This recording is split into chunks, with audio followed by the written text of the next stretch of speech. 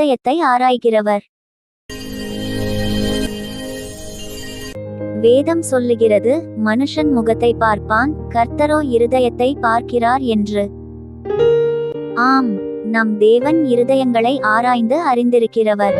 இதை குறித்த வசனங்களை பார்க்கலாம். யார் யாரிடம் சொன்னது என்பது பற்றியும் பார்க்கலாம். இயேசு கிறிஸ்து பரிசேயரிடம், தேவனோ உங்கள் இருதயங்களை அறிந்திருக்கிறார் என்றார். மனுஷகுமாரனுக்கொப்பானவர் யோவானிடம், நானே உள்ளந்திரியங்களையும் இருதயங்களையும் ஆராய்கிறவர் என்று கூறுகிறார். தாவீது பாடின சங்கீதத்தில், தேவரீர் இருதயங்களையும் உள்ளந்திரியங்களையும் சோதித்தருகிறவர் என்று கூறுகிறான்.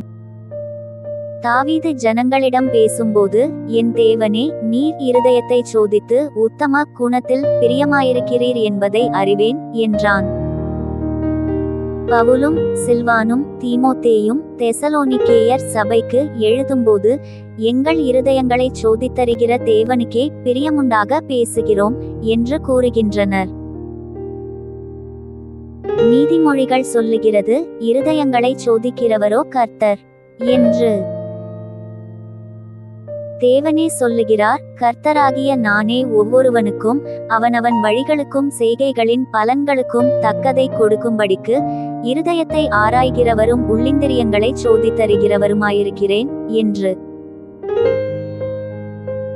தாவீது சாலமோனிடம், கர்த்தர் எல்லா இருதயங்களையும் ஆராய்ந்து நினைவுகளின் தோற்றங்களையெல்லாம் அறிகிறார் என்று கூறுகிறான். பேதுரு கூறுகிறார், இருதயங்களை அறிந்திருக்கிற தேவன் என்று. தாவீது சொல்கிறார், தேவனே என்னை ஆராய்ந்து என் இருதயத்தை அறிந்து கொள்ளும் என்று. ஆம், நம் தேவன் இருதயங்களை ஆராய்ந்து அறிந்திருக்கிறவர். ஆகவே நம் இருதயங்களை தேவனுக்கு பிரியமாய் வைத்துக் கொள்வோம்.